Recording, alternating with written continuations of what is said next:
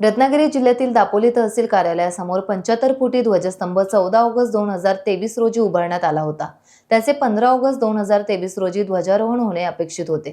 त्याचा मुहूर्त सापडला आणि 26 जानेवारी 2025 रोजी प्रजासत्ताक दिनी गृहराज्यमंत्री योगेश कदम यांच्या शुभ हस्ते या स्तंभावर ध्वजारोहण करण्यात आले। यावेळी मोठ्या संख्येने दापोलीकर एकवटले होते।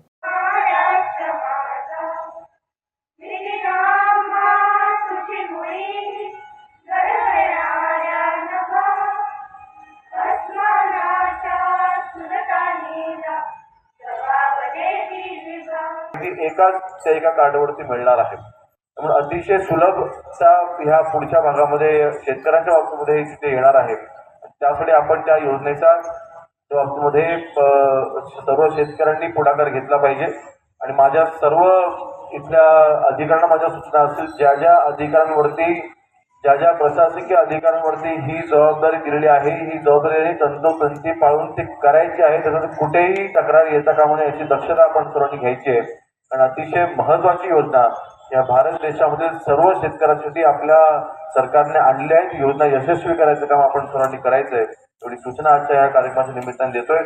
पुन्हा एकदा आपल्या सर्वांना मी आपल्या सर्वांच्या वतीने आपल्या जिल्ह्याचे पालकमंत्री उदय सामंत साहेबांचे देखील मी आभार मानेन की त्यांच्या पुढाकाराने हा तिरंगा आपल्याला इतक्या डौलाने फडकताना पाहायला मिळतोय। नक्कीच एक अभिमानाची भावना आपल्या सर्वांच्या मनामध्ये निर्माण करण्याचं काम त्यांनी केलंय। पुन्हा एकदा आपल्या सर्वांना प्रजासत्ताक दिनाच्या मनपूर्वक शुभेच्छा। जय हिंद, जय महाराष्ट्र। टाइम्स डिजिटलला लाईक करा, शेअर करा, सबस्क्राईब करा आणि बेल आयकॉन दाबायला विसरू नका। Times digital.